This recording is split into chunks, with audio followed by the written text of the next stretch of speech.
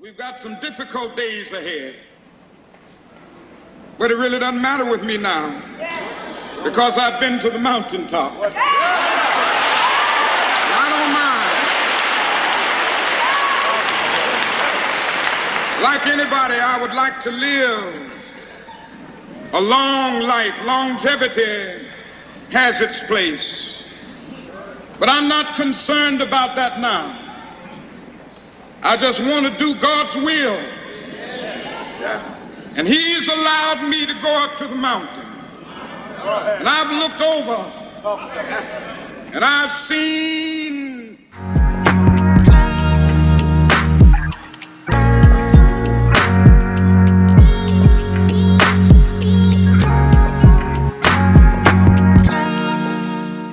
Martin Luther King Day is a celebration of history. The history of marches, of a struggle for fairness, fair treatment, for fair access, sometimes just to live. On August 28, 1963, more than 250,000 people gathered near the Lincoln Memorial in Washington, D.C. for a rally. That day belonged to the young and charismatic leader of the Southern Christian Leadership Conference, a leader who had won a Nobel Peace Prize, a scholar, a respected preacher, an expert orator, a husband, a father. He marched for a single belief.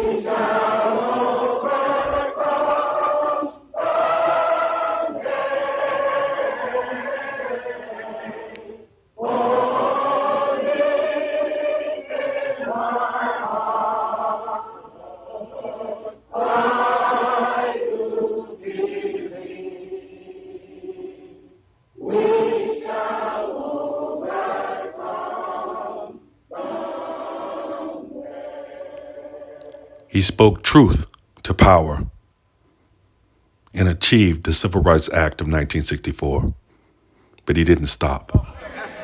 And I've seen the promised land. I may not get there with you, but I want you to know tonight that we as a people will get to the promised land.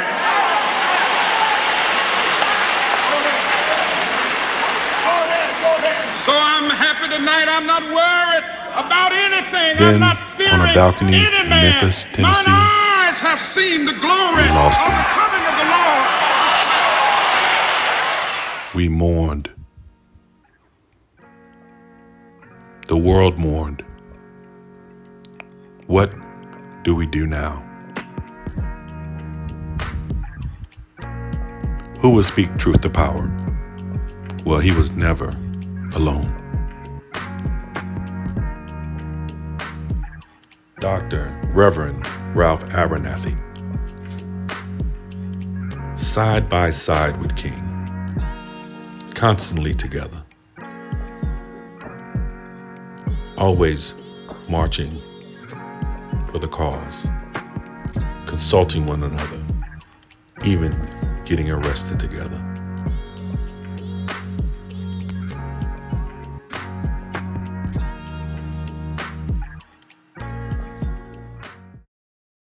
I was organizing it. Bayard Rustin is a communist, a sexual pervert, a draft dodger. I spent 2 years in Lewisburg Penitentiary as a conscientious objector during World War II. Later, 30 days in the North Carolina chain gang for my participation in the first freedom rides of the South. The next day, Mr. A. Philip Randolph, president of the Brotherhood of Sleeping Car Porters, called the black leaders together and said, I want to answer this Strom Thurmond's attack, but I think we ought not get involved in a conversation about homosexuality, draft dodging, or communism.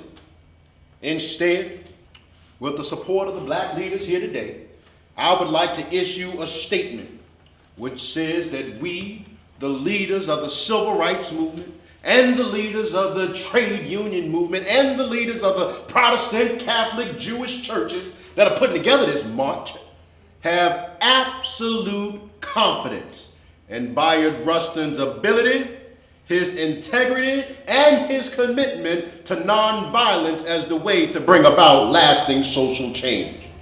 Now, if anyone calls you, I don't want to hear no talk about that.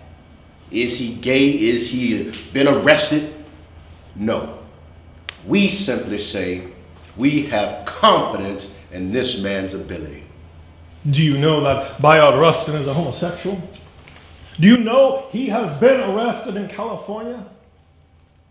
I don't know how you could have anyone who is homosexual working for you, Mr. Randolph. Well, listen, if Bayard is homosexual, and I know how talented he is and see the good work he does for me, I guess I ought to be looking for another homosexual that could be just as useful. He was a champion of nonviolent protests promoted by Gandhi. He was an advisor to King on Gandhian tactics, handpicked by Martin Luther King to organize the 1963 March on Washington for Jobs and Freedom. He did much of this in the shadows. Mayor, Ambassador Andrew Young. Andrew Young was an activist at a young age. He worked as the executive director for the Southern Christian Leadership Conference. He was a close counselor and confidant of Martin Luther King. The memories of Andrew Young may be about him being the mayor of Atlanta or him being a diplomat. But it all began in the 60s, marching, counseling, being mentored by Martin Luther King. Hosea Williams, called by Martin Luther King, my wild man, my Castro. Hosea called himself the original thug. He was the man on the street and the man in the street to ensure a peaceful protest. I am a man. Ambassador Ralph Bunche, a fellow Nobel Peace Prize winner, the first one of color. His fight was in the 30s and 40s, but he shared his insight with Martin Luther King for the fight in the 50s and 60s and beyond. Senator John Lewis, a young man, young activist, the youngest man to speak at the March on Washington at the age of 23, stood up against overwhelming resistance for truth and justice. Spent some time in the hospital for it, yet he rose and came back again and again. Spent the rest of his life fighting for what he and Martin Luther King started. Never ever be afraid to make some noise and get in good trouble, necessary trouble.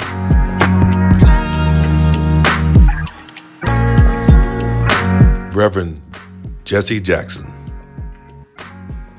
Similar to Lewis, he was a young protege of Martin Luther King, side by side learning from King as well as counseling King. He, similar to Lewis, took the fight into the future.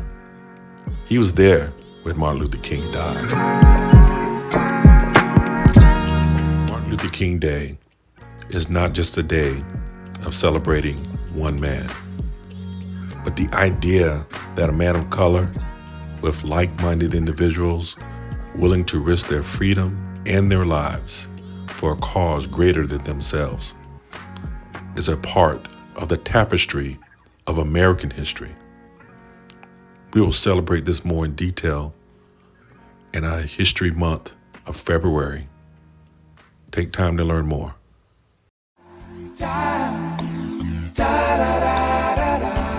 Let freedom reign over the nation. Lift every voice and sing till earth and heaven ring. the harmonies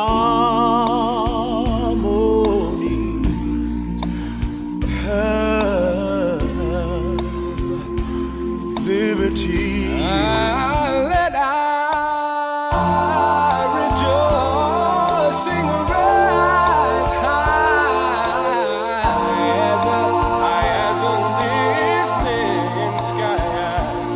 Let it resound loud as a rolling sea. Let I rejoice and rise. Praise God of our wearies, God of our silent tears, Thou who hast brought us thus far on our way. Thou who hast bound thy mind, led us into the light. Keep us forever in thy path. That's what we are gonna pray.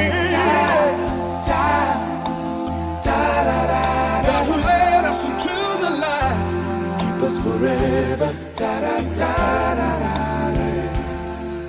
Sing a song full of the faith that the darkness has taught us. Sing a song full of the hope that the presence has brought us. Facing the rising sun, hallowed day begun. Let us march on till victory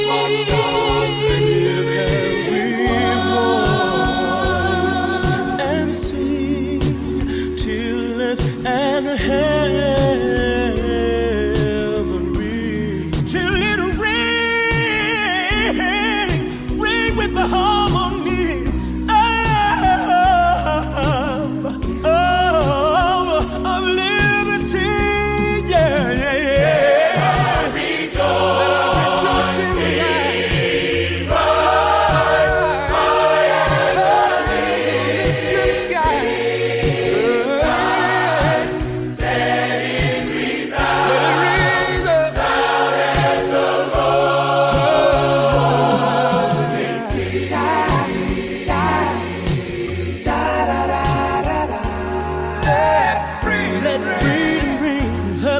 let freedom ring. Freedom needs to ring.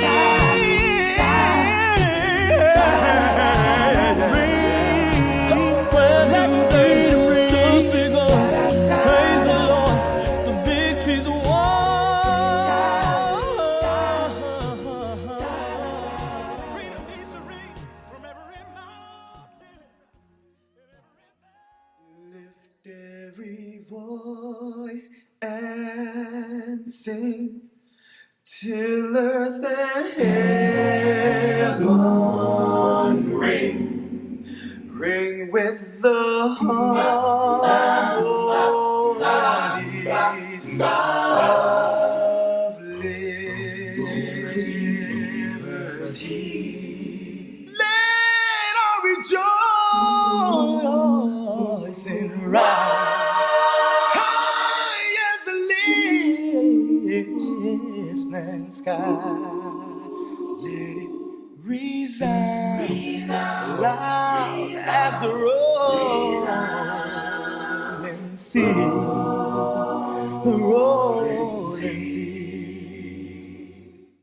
Sing a song full of the faith that the dark past has taught us. Sing a song full of the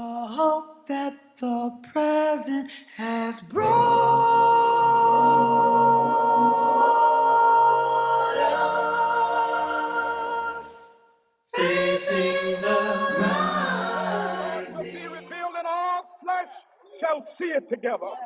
This is our hope. This is a faith that I go back to the South with. With this faith, we will be able to hew out of the mountain of despair a stone of hope. With this faith, we will be able to transform the jangling discords of our nation into a beautiful symphony of brotherhood. With this faith, we will be able to work together, to pray together, to struggle together, to go to jail together, to stand up for freedom together, knowing that we will be free one day. This will be the day.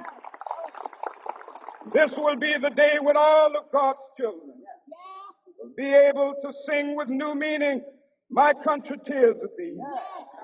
Sweet land of liberty, of thee I sing. Land where my fathers died, land of the pilgrim's pride.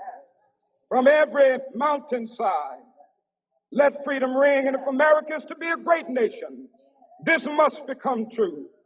And so let freedom ring from the prodigious hilltops of New Hampshire. Let freedom ring from the mighty mountains of New York. Let freedom ring from the heightening Alleghenies of Pennsylvania. Let freedom ring from the snow-capped Rockies of Colorado. Let freedom ring from the curvaceous slopes of California. But not only that, let freedom ring from Stone Mountain of Georgia. Let freedom ring from Lookout Mountain of Tennessee. Let freedom ring from every hill and molehill of Mississippi, from every mountainside. Let freedom ring, and when this happens, and when we allow freedom ring, when we let it ring from every village and every hamlet, from every state and every city, we will be able to speed up that day when all of God's children, black men and white men, Jews and Gentiles, Protestants and Catholics, will be able to join hands and sing in the words of the old Negro spiritual, "Free at last, free at last. Thank God Almighty, we are free at last."